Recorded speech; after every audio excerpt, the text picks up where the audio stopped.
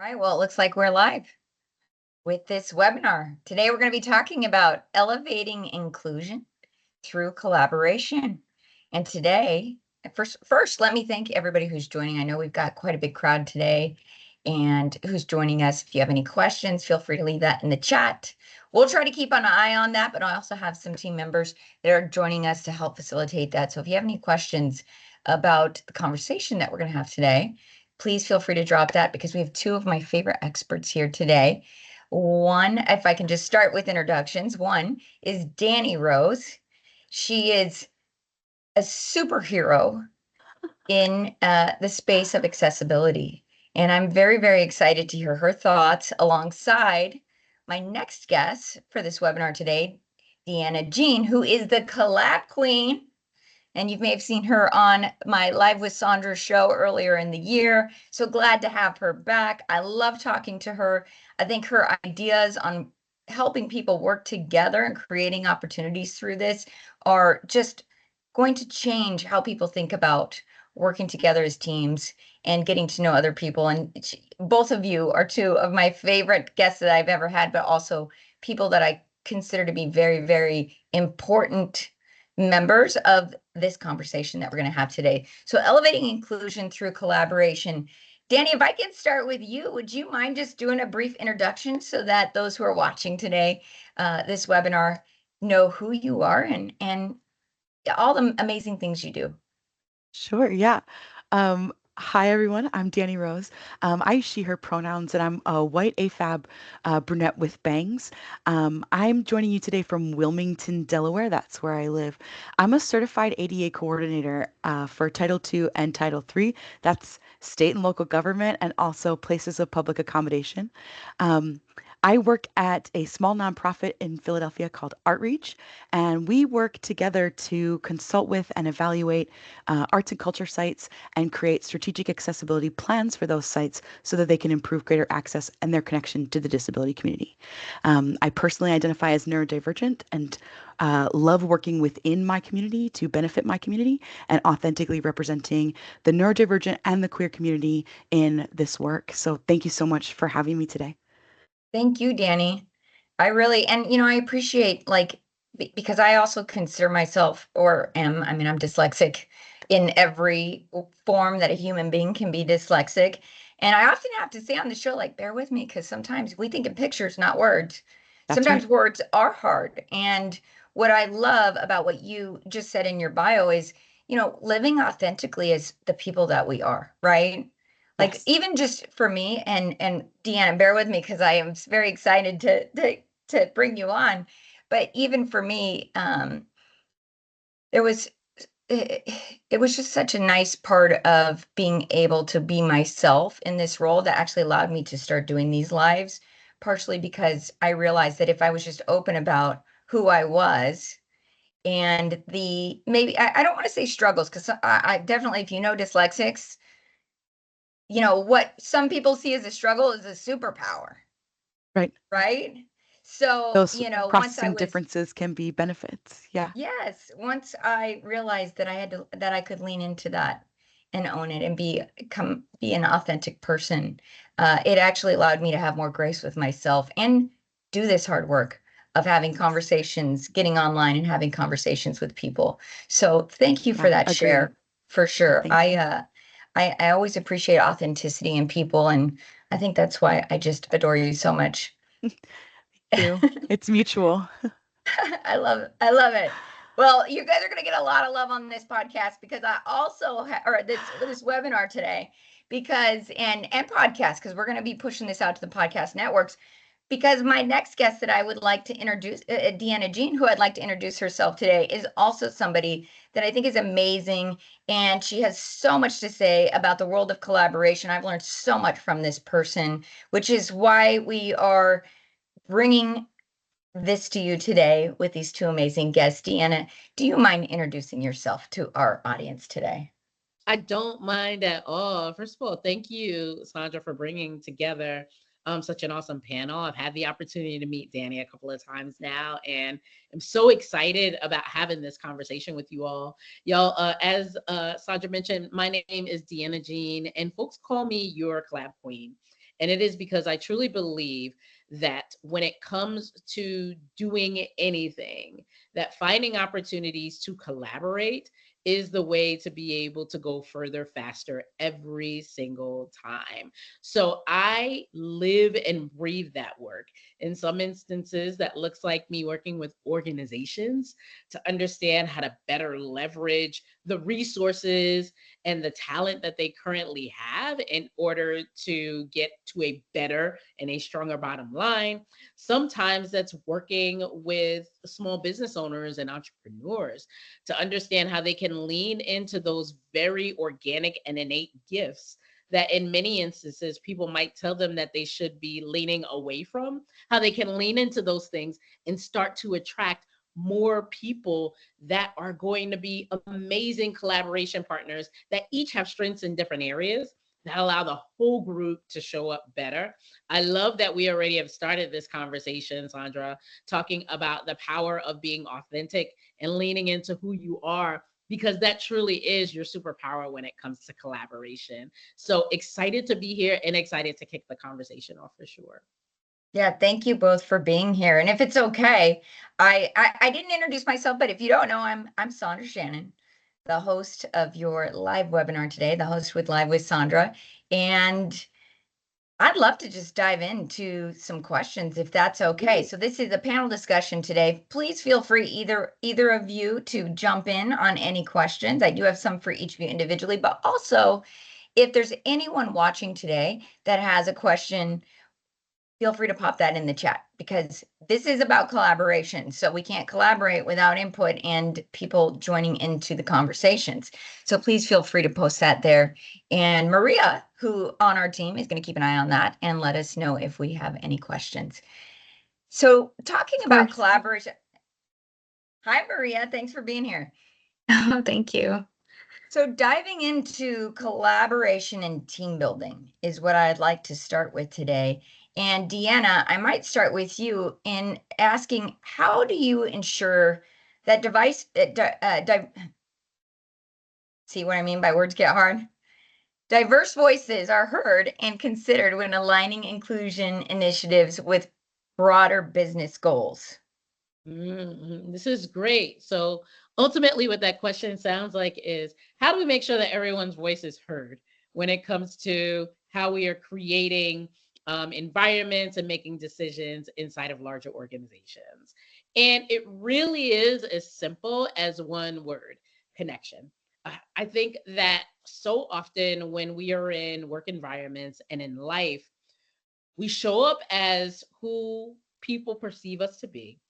And then when we do that, everyone's showing up in that way, but we don't take the opportunity to truly connect and learn what makes one another unique outside of what we perceive that they are or who we perceive that they are.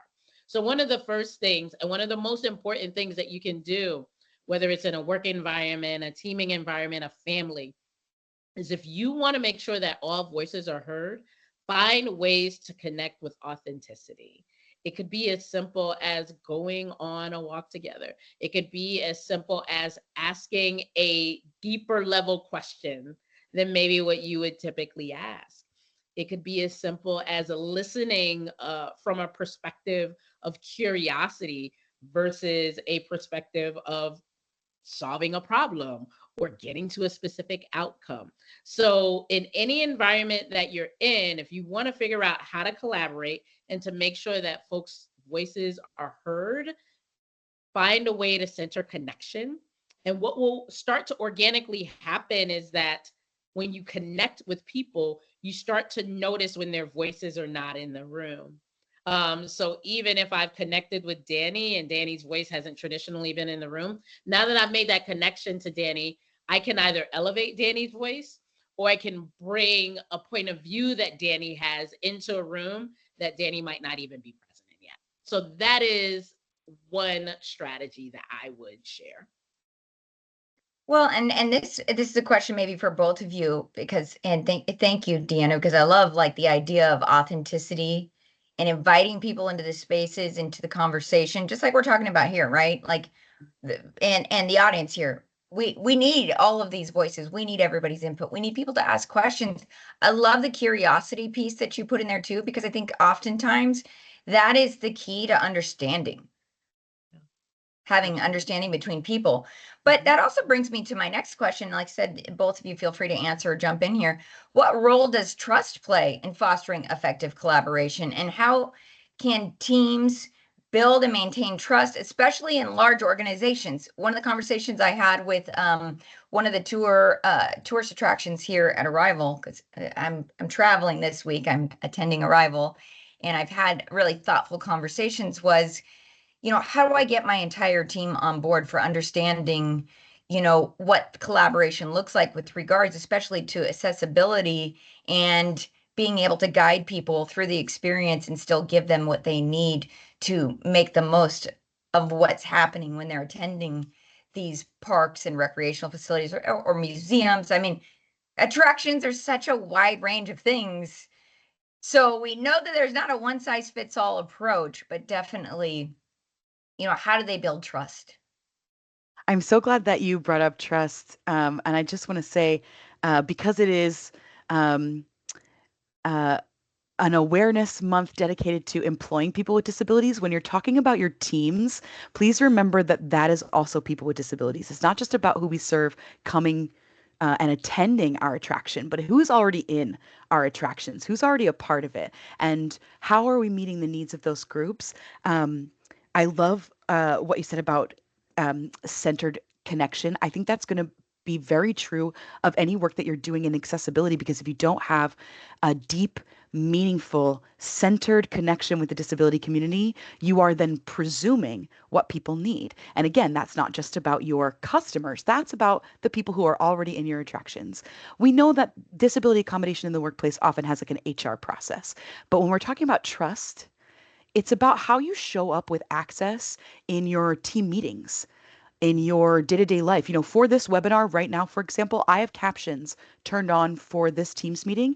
It's predictive and automatic. It was easy for me to turn on, and I'm utilizing that in this meeting. I didn't have to ask. I didn't have to procure that. You didn't presume whether I needed it or not. It was just available to me. I could turn it on. And so when we're working with our teams, when we're thinking about who are the people in our day-to-day life and how are we meeting their access needs, that will set the values for how we proceed with our customers. Yes, I 100% agree. Yeah. I think I love what you mentioned, Danny. And I often say that in order to create collaboration, you have to have know, like, and trust. And the know and the like are kind of easy, right? Like those are the things that, you make a few connections, you lead with a give, you can build that know and like. But trust, to your point, Danny, is something that takes time. You have to show up in a specific way consistently over Yes. time in order for people to trust you. So if we look at the attractions industry or just looking at any team in general, it's not just saying, okay, well, this is a month that's dedicated to this thing, so we're going to show up in this way. It's Right. how do we embed this into the fabric, the culture, and the brand of who we are? And how do Yes. we create an opportunity or several opportunities to show up in this way as often as possible? Yes. Well, And and allow those individuals to lead the conversation, yes. right? If you have people that are openly identifying as having a disability within your organization, that curiosity piece that you talked about, match that with a little bit of empathy and let those folks lead the conversation and lead the way. Because if you build trust, as you said, within your culture, then it's going to show up in your policies, your practices, your procedures, and your daily work naturally, because it's already a part of what you're doing. Yeah, and if I can just add to that too, I think trust is it's interesting and much easier for attractions to build than they think.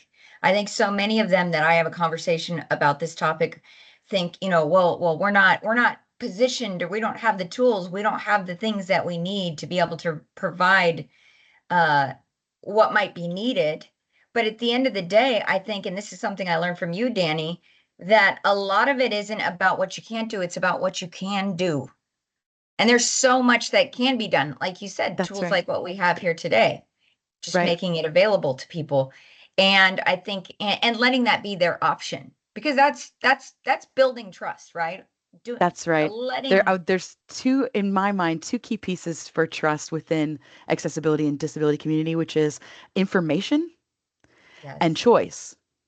Those two things really build a significant amount of trust. If you're providing all of the information up front and forward, and folks can choose for themselves what they Mhm. need, then you have automatically gained trust with that community. If you are only responding to things by request, if no information is provided, I have to seek and find that information, you're like deducting points on the trust Mhm. card as I go through that process. And the more difficult or complicated it is, the less trust I have for you that my needs will be met, or my just like my personhood will be acknowledged, my dignity will be allowed to live. Yeah. Yeah.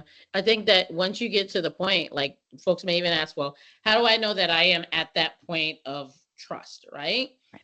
Really and truly, trust becomes paramount or evident when inclusion is the default, right? When everyone feels included as a default, like there's no reason to even think about the word accommodation because everyone is accommodation is the default. And when we start to talk about things like equity and belonging, that is where those things are rooted from as well.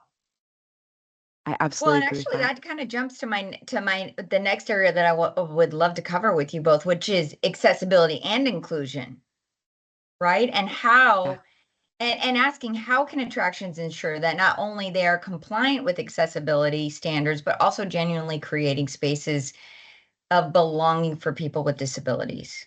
Yeah. Can I please start with that word you just Please. used, which is compliance? So, um, I understand that there's a legal obligation to comply with the ADA, but I want to talk about where that actually comes from. I've studied the ADA for a couple of years. I know the standards and regulations.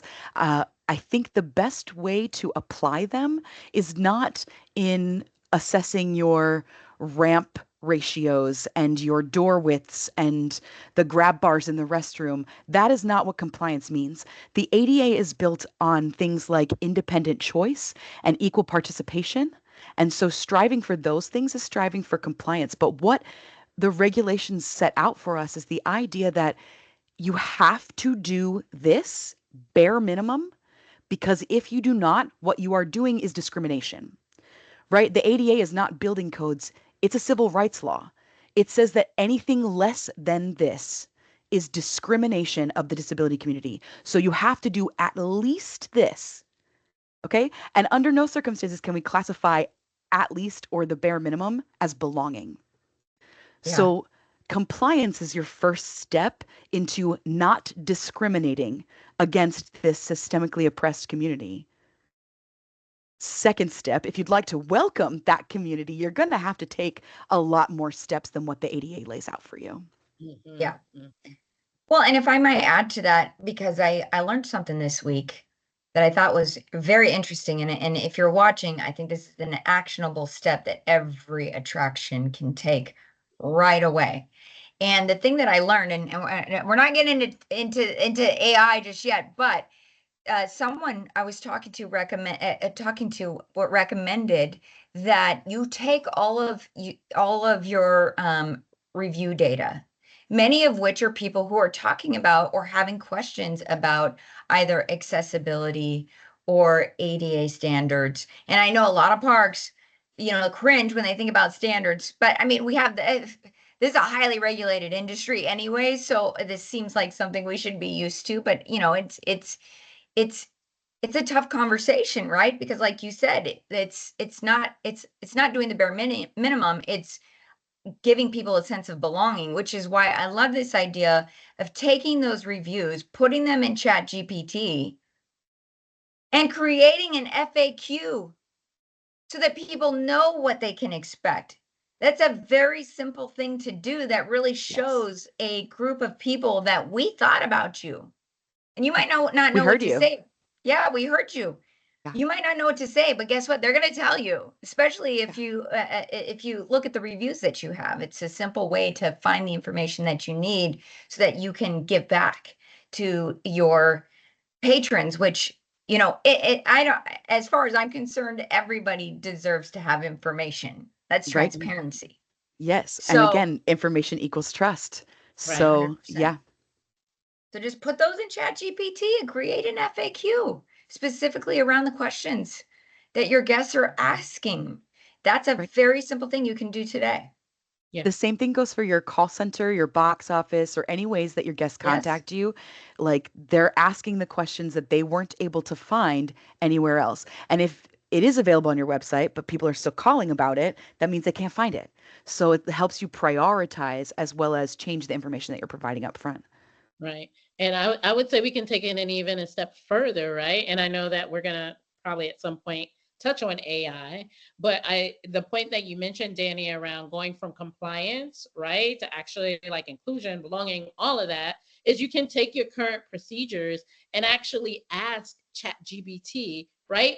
How, first of all, do we make this more compliant? But then you can have them take it to the next level and say, what are we missing that would create a stronger sense of belonging for this differently abled community, right? So there is so much that you can do with the AI that can, again, like I mentioned, like ask the next best question. Don't stop at the surface. Don't stop at the compliance level, but let's get a level deeper, because that deeper level is going to be your faster track to trust. Yeah. Yeah, that's a great suggestion too. And a prompt.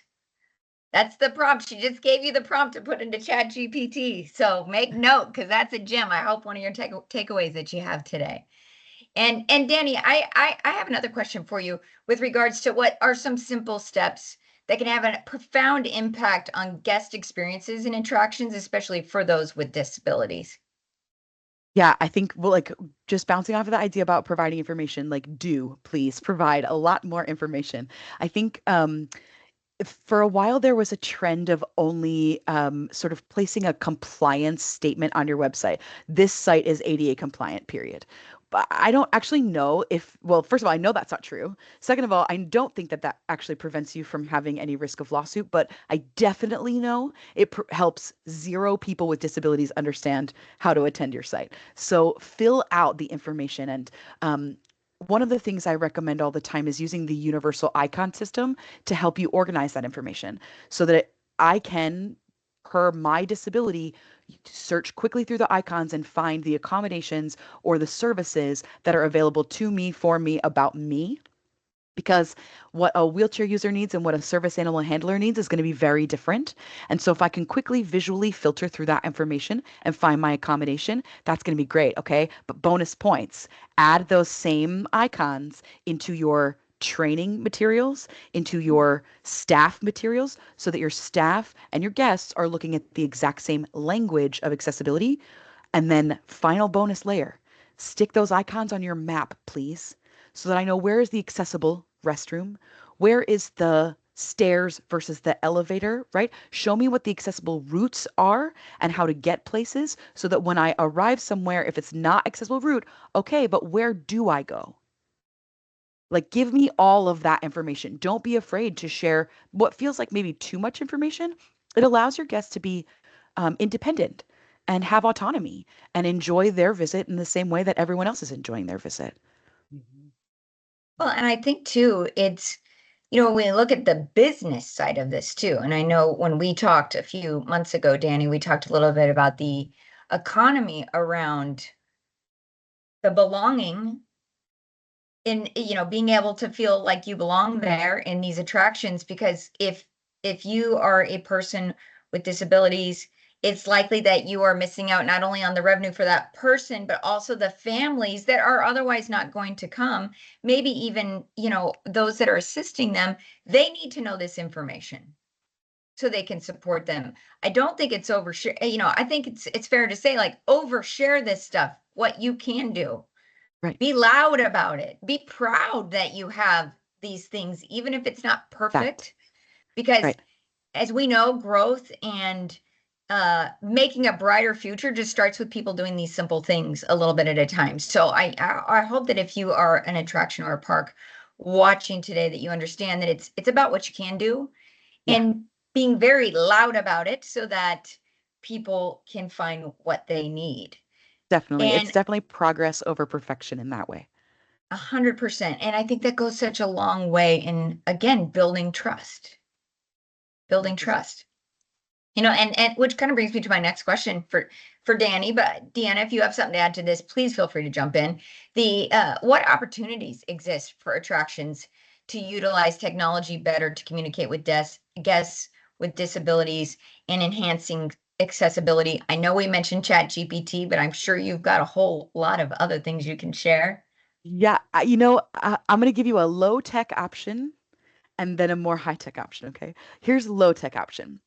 A trend that we're seeing a lot in technology and attractions is video screens all along, let's say, the waiting line. And that video screen is showing me a cute little video of what I can expect when I get to how do I load in? How do I load out? Or what can I expect when I get to the end of my line, basically.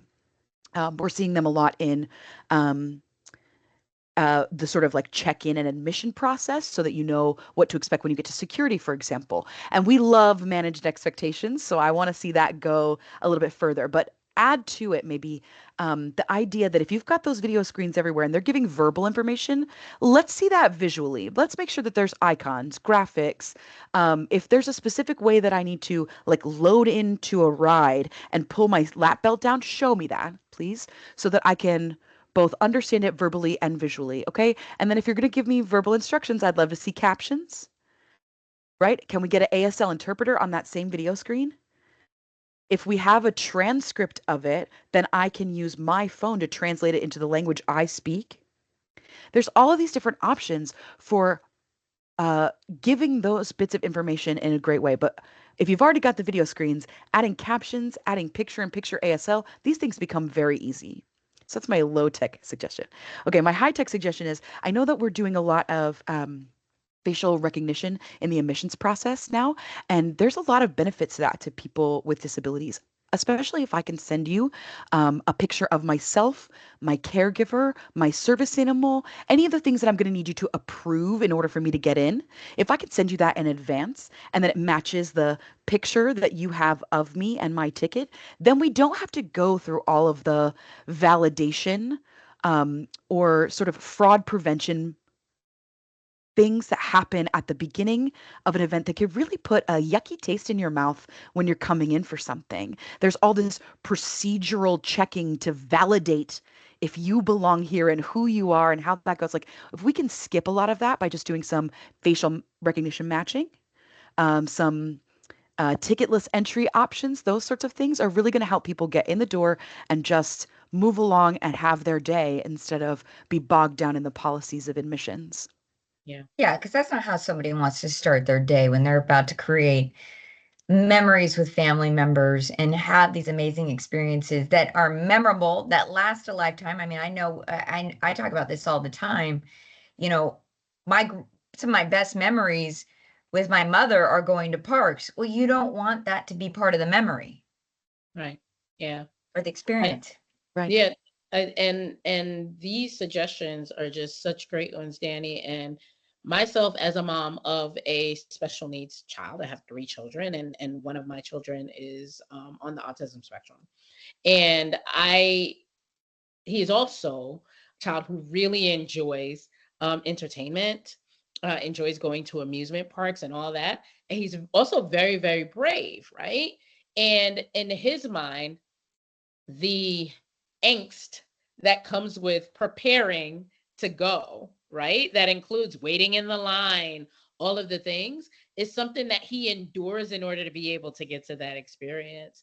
So, how awesome would it be if there was a standardized way? And I'm sure that some parks do this, but a standardized way where if you have a person with a disability that may be, an anxiety inducing thing, autism spectrum, ADHD, whatever it may be, that they have some type of pre-registration process where when they come in, they can kind of, like you said, already have been pre-approved. They can go through, maybe have a bracelet or a barcode or something that makes it such that they do not have to go through that same waiting process that might produce tremendous anxiety for them, which then thereby makes their experience, once they get to it and they get through that whole process, like they're already starting at a deficit, right? If they That's right. have gotten excited about going to this thing, and then they're in line and there's a lot of anxiety and all the things, and they get through it, and now it's kind of tarnished the Right. experience from the beginning.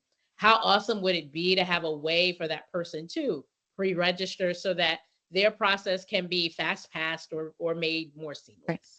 And you can do that with technology, or you can do that simply with perspective shift. If we always act as if accommodating a disability is a special circumstance that needs special accommodations, that doesn't follow protocol, it doesn't follow procedure, we have to do something different every time, you've just othered that person by your policy, right? Even if you have every accommodation on the planet and every access service, and they're going to have a great time once they get in, through this policy, you've added these friction points that don't need to be there. So, what is friction free entry? What is the smoothness, right? How can we grant that instead of this thing where even the teams that are admitting people have anxiety over what are they supposed to do to admit a service animal, to make sure that it's a real service animal, to make sure that they have the accommodations in place that they need. They're adding their anxiety. Okay, so now you've got anxiety on this end and you've got anxiety on this end, and there's no way this interaction goes well. Yeah. Yeah. So if we can remove the friction, we're already doing something amazing to bring access to our community. It's a great point. Yeah. Yeah. That's a fantastic point, because I think at the end of the day, it is about human dignity, right? That's exactly right. So we don't want to have that called out if you don't want that called out if you're trying to provide the same experience for everyone, because that's really Yes, what it's about. absolutely. One of my heroes, Judy Everyone having the Human, same said, if I have to advocate for equity at the toilet, how am I ever going to belong in my community? Right. And it just like, experience. that always sticks with me. I don't want to have to advocate at an attraction. I want to be with my family or be with my friends and enjoy my day. I don't want to have to go through the same process of uh, filling out paperwork or disclosing my disability or all of these things with each person that I meet from your customer service department or every security person that I encounter. I just want to accommodate myself with the information that you gave me and experience what I'm there to experience. Yeah. Well, I think we might have a question, Maria. I see a hand up. Yes, we do. Sorry, we just have a couple of questions from the audience that I'd like to ask now. The first question is for both Deanna and Danny, and the question is, what metrics or indicators do you use to measure the success of your collaboration efforts, especially around inclusion initiatives? It's a great question. So That's a great I question. I'm happy to start. Please. So the KPIs, right? The metrics are really going to be about what's important for that specific initiative, right? So if we're looking at things like parks and attractions, maybe it is like how frictionless, how much friction can we take out of that entry process? I think the most important piece of this for the person who's asking the question is actually to go through the process of identifying what are the important things, to go through the process of identifying what you want to measure. And that in itself is a collaborative process because you are bringing together all of the parties that would be involved to understand what success should look like. So I say step one is first answer is that is going to be a different metric and going to be a different measurable for each person, but actually going through the process of identifying what that is or what that should be is really the gift of this exercise in creating more collaborative environment that also is inclusive. Right, Uh, I agree. yeah, I I think wholeheartedly agree. planning. Oh, sorry. I just wanted to add really quickly, Yeah, yeah. just the idea that, and something that I've heard Deanna talk about before is setting really clear goals that you are holding yourself accountable to yourself. So set your clear goal and then make a move. Maybe your goal is reduce those friction points. Maybe your goal is reduce your complaints. We will reduce complaints by 15%. In order to do that, we will one, two, three. And then that becomes the thing that you hold yourself accountable to. So just echoing something that I learned from Tiana. Yeah, no, I definitely agree. I think planning goals is one of the biggest things and just reflecting on how you could improve. Um, so thank you for your input. The second question that we have is for Deanna, and the question is, how do you address conflicting priorities within teams when it comes to balancing operational efficiency with inclusive practices? Yes. Ooh, that's a good one. So what I hear from that question is, how do you get people who have different priorities on the same page to accomplish the same goal? That's what Yes. I'm hearing from that question. Um, Great question. So the first thing is we'll actually go to the framework that Danny kind of alluded to a little bit, which is the goals, gifts, and gaps framework that we use. So I think that the first part is identifying the goal that the team needs to accomplish, because ideally and in most instances each person on that team has some type of shared goal, even if the sub goals and the ways that they're going to get there are different. So first, let's get on the page about what the goal is, right? So for example, if the goal is that we want to create less friction points for our attractions, every single party that's involved in that, let's make sure that we call that out as a goal that we're on the same page with. The next thing is now identify for each person the gift that they bring to achieving this goal. Have people feel really confident and excited about the thing that they do very, very well. So if you are on the security end of this department, then like honor what needs to be done on that side. Make sure the team honors that and understands that. If you are on the customer service end of that, honor and communicate and be an ambassador for what your part is in being able to create these frictionless points. And then the last part is the gap. So this part gets tricky because a lot of times the gap is the thing that creates the friction. The gap is the thing that creates like this combat between folks, right? Because if I feel like there's something that I don't do well or that I don't know how to do, a lot of times there is going to be anxiety that's created around that. That may be something that I become defensive around. But when we actually realize that the gift of collaboration is the fact that you get to partner with people who have gifts in the area where you have a gap, instead of that becoming a friction point and that becoming something that actually creates kind of infighting, it's an opportunity for us to be curious.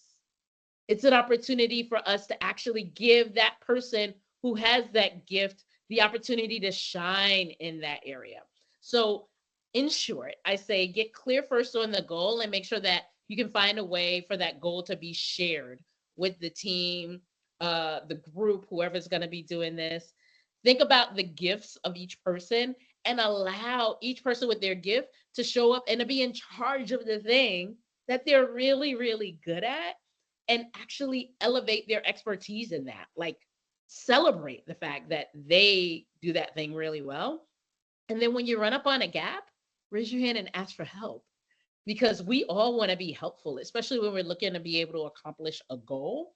And asking for help and then getting help is also a really, really great way to build trust. Yeah, I Thank love you for that. your insight. Yes. You know, which kind of has me thinking about you know, trends, right? And this is maybe a question for Danny. You know, it with regards to accessibility, inclusion evolving, right? We're seeing this evolve, we're getting better at it.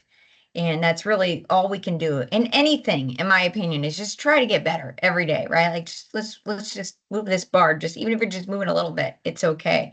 And you know, we have to just strive to improve, right? That's really just it. Just be the kind of attraction or person in your organization that's just striving to see change happen, even if it takes small steps. But I know that there are a lot of trends, and I'm curious if you've seen any evolving trends that you are excited about. Yeah, I mean, what I get excited about and what other people get excited about. Okay. So there's a lot of new advances in surface materials for trails and pathways. These are the kinds of things that I get excited about. Okay. But I think one global trend that I'm seeing as I work with different cultural and arts and entertainment organizations is uh, one of the things that we used to have to advocate for all the time, and we no longer really have to advocate, is the buy-in from the people who work day to day with customers, your front-facing employees. It used to be that the security guard that has been there for 25 years was the hardest person to convince to change. And now that's the person that's saying we have to change. Mm. So I'm seeing a big trend in what I call access champions. Who are access champions and where are they coming from? We're seeing it at the lowest levels of the organization and moving and trending its way upward. And I want to send that trend through the roof, obviously, because I would love to get as many people on board with access as possible without having to convince of the why. Simply give the tools of the how. Um, I think within our industry, a trend that we're seeing a lot of is a lot of shift to using our own mobile devices. Great thing about that, my mobile device is already set up with the accommodations that I need on a regular basis. Not great thing about that is that you're asking everyone to conform their personal device into the way that you want them to use it. So a great thing that we're seeing a lot of is now user expert and user testers that have disabilities and making sure that we're accommodating for the different features and settings one might have already on their phone, and making sure that your mobile ticket, for example, can be read by a screen reader so I know what my timed entry time is. And basic things like that. We're starting to see a little bit more of, which is great. Yeah, that is great. And I think the use of the mobile phones in all aspects of attractions, right? Like if you're buying ahead of time, it removes friction. I will say there are times where we buy ahead of time, and even for uh everyday things, it can still have friction, right? So there are steps that you can take to clean that up. And I think they're very simple and they're very easy to do, but it's just having it in your awareness. Yeah, Right? We see improvement all around in terms of 100%. friction, but I definitely think there are additional challenges with regards to accessibility and inclusion. And I think cell phones, like you said, are a great tool to leverage that. This is also about information. It's a Right. great way to communicate. There's Mhm. there, I don't want to get too deep into the tools that are available, but Dani, thank you for sharing that because I think Yeah. that's an important uh, actionable step that people can look at and take. What's interesting is I know I would be remiss if I didn't talk about something that as an advocate for revenue, I just want to make sure that the audience knows kind of also what we're talking about from an economic standpoint. I'm here at Arrival, which is focused on travel and tourism activities and experiences, which includes museums and water parks and zoos and cultural centers. I mean, you name it. People are traveling to these destinations. But one statistic that I thought was very interesting is the disabled traveler market is estimated to be worth $58 billion. So when we talk about goals, Mhm. right? We talk about goals because I mean, at the end of the day, if you start a business or you are working in a business, I'm sure that there are financial and professional goals that have to be accomplished. I like to just mention that because that's the area that I specialize in is the revenue centers in many of these parks. And that's the thing. Like, what are you missing out on? Not only not only from the financials perspective, but when we talk about community at the end of the day, like you're just Yes. missing out on so much. It doesn't make Like, sense. I would ask that question in a different way. Who are you excluding? By Yes. not changing your policies, practices, and procedures, you are excluding an enormous number of people and therefore leaving out that potential earned income because you're excluding an entire community. I'll give you a really easy and great example of that. There are 12 million people in America with color blindness. How many of Yeah, your maps are color coded? Seat right. maps, trail maps, attraction keys, they're all color coded. And 12 million people don't see those differentiations of color in the same way. So you are excluding that group of people in that simple way.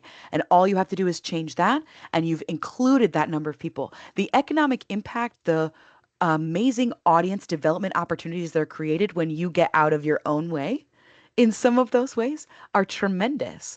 So it's less like I don't like to frame the conversation based around how do we profit off of people with disabilities, but rather how do we include our full community to reach our full profit potential? Yeah, love it. 100% love how you put that. And I think we might have another question. Maria? Yes, we do. So this question is for both Deanna and Danny. Oh, we have another one coming in. So there's two. So the first one is for Deanna and Danny, and the question is, how do you handle situations where external partners or stakeholders are resistant to change or have a more traditional approach to inclusion? Yeah. So everything I'm going to start to sound like a broken record, right? Everything goes back to connection and curiosity. Um, I think that when you take the opportunity to connect and understanding the why behind folks' point of view, why it has or hasn't changed, and then you take the opportunity to share yours, that you're going to find common ground somewhere. At our foundational base, people are very, very similar and motivated by very similar types of things. And we all even value, believe it or not, almost identical things. But what often happens is that there's so many elements in life that require us to choose a side. Even if we all love our families, right? I do this for my family and you would do that for your family, right? It finding ways to actually be able to separate us and put us in situations where we become adversaries.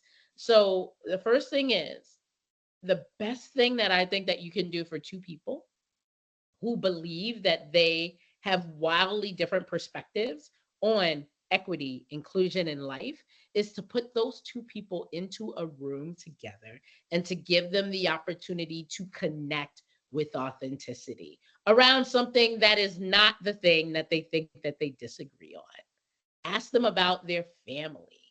Ask them about their faith and whatever it is that they believe in. Ask them about why they do the work that they do. Ask them why they work for the company that they work for. And that is going to start to build bridges that make it much easier for people to see one another as people and to not feel so inclined to have to take a defensive posture, um, that in many instances I think can backfire. So I say, have more conversations, take more opportunities to connect, and be curious in those conversations. Don't ask gotcha questions. Don't ask questions with anticipation of waiting for your opportunity to respond to the question. Ask questions out of a sense of genuine and authentic curiosity, and you will learn so much more about people and what they're motivated by. I agree. I think finding the commonalities between people that will help with the not only the connection but the trust as well. So the second question is for Danny, and the question is, how do you manage compassion fatigue while advocating for radical inclusion in an industry that sometimes resists change? That's a fantastic question. Um, I ask myself that often. um, you know, um, sometimes I'm, I think I'm motivated by the idea that I'm not accountable to any one organization or any one boss or any one policy. I'm accountable to the disability community.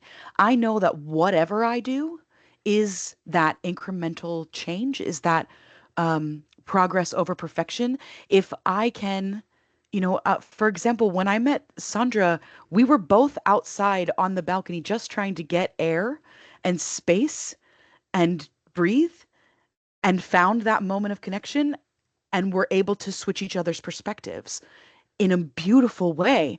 I think any that already has made a significant impact to the disability community I hold myself accountable to.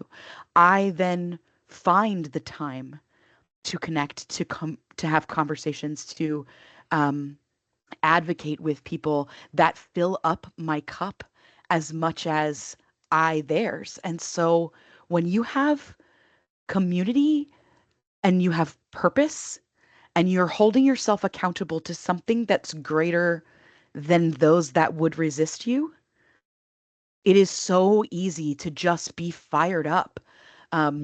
It is exhausting. I'm not trying to say that it isn't, and I'm not trying to say that you can go at 1,000% all of the time, but sometimes my 20% is enough to make an impact. And that, if that's the energy that I have for you, and that's going to make change in your community, then my 20% is what I have to give you today. I give it freely. Yeah, That's a great pretty answer. beautiful. I do believe Yeah. the elements of community and purpose can really help motivate you to make a change. Thank you for sharing your input. That's all the questions we have for now. Well, I know we're getting close to wrapping up, so I'd love to just end with, both of your vision for the future. And, if you wouldn't mind leaving us the last, maybe your last thoughts on how you envision the role of collaborative leadership in shaping the future in the attraction industry, especially when it comes to accessibility and inclusion. Yeah. So what I'd say, and first of all, thank you again so much, Sondra, and to your team for bringing all of us together here. And Dani, it's just awesome to be able to hear from you and learn from you and to contribute with you. So thank you again for this Yeah, opportunity. same. What I would say is, you know, you probably have a lot of what you already need within your current ecosystem. I think so often when people think about inclusion and they think about equity and they think even about collaboration, they get exhausted and anxiety around thinking of all the things that they don't have that they need. Right? I have to bring in a compliance officer, or, we have to have more funding to completely shift. But one of the really amazing things about collaboration when done well is that it is not the act of going out to find new things to bring in. It's about leveraging what you currently have and using it in a way where it's already in your ecosystem, actually leveraging and optimizing it. So I encourage anyone who's saying, what can I do today? How can I make this work easier to do? Is look at what you currently have and start there. What change can you make within your current team? What change can you make within your current ecosystem? Are there customers that you could do market research with? Customers right now that you have, you don't have to go out and get a new group of people, right? That can actually help to affect change, that you can throw into the FAQs, like the market research and the things that we were talking about with AI. So start with what you currently have and see how much progress you make. And if I could just add to that real quick, I think also, pulling from your guests, your current clients, people who are already fans and champions of you, they have so much input that they can give you. It's a gift. At the end of the day, this information that comes from the people who support, trust you already and want to be there are the information they can give you is a huge gift. And like we were saying, run it through Chat GPT, right? At that very least. But because if you're thinking it's a big burden to take this on, it's not. And there are tools that'll help you do it very quickly. In fact, you could have that by the end of today if you take that one step right there. Dani, Yeah, any final thoughts? I just I want to echo the gratitude for holding this space and holding this conversation. And for those that are attending or listening, if you're asking yourself, how can I be more inclusive at my organization? Like, thank you for asking that question. That's a great first step. Um, I I just I want to echo what we talked about in the beginning, centering your curiosity and your connection authentically in your community. Um, if you have these folks that are reaching out to you, I say this all the time, but like turn your complainers into consultants. If someone says you don't have this thing for me and then you're working to get that thing, invite that person back when you've got the thing. Ask them, did I do it? Did I do it right? What else could I do? And build relationships in that way through your improvement, really centering what you're doing with the disability community and not presuming for disabled people what you think is best in your area. You know, you might be an expert of your attraction, but they're an expert in disabilities. So you can utilize that to leverage those improvements in a great way. And then the last thing I just want to echo as we leave each other today is to remind you again that it is Disability Employment Awareness Month, and you definitely have people on your staff that have disabilities. And while we don't want to ask additional emotional labor of those folks, surely they might have one or two things that they could bring to a productive conversation. Anytime we're working with community consultants, employee consultants, any person with disability that we ask for feedback from, please compensate those folks in some way. Whether that's free tickets or VIP experiences or monetary compensation, please compensate people for the emotional labor that they're providing you in sharing the feedback of their lived experience. Great point. Beautiful. And Yeah. I think too, at the end of the day, what makes this such an important conversation for me is the way that I've just lived my life, and and the way that I think everyone wants to live their life is just treating people the way that you want to be treated. Right? At the end of the day, it's really that simple. And when we set out to build and create attractions and experiences for people, it's because we want everyone to enjoy that. Everyone. That's People exactly right. come into this industry to put smiles on faces. Yeah. And I think it's as simple as, how do you put the smile on everyone's face? Yes. Right? So, it really just, in my opinion, this is not something that we should have to advocate for. But I think really, if you haven't been touched by this, maybe it's a conversation that you just haven't been a part of. And so I hope that if you're listening today, this isn't about what you're not doing. This is about what you could do to add more smiles Right. to faces in your attraction or in your parks. So thank you both for being here.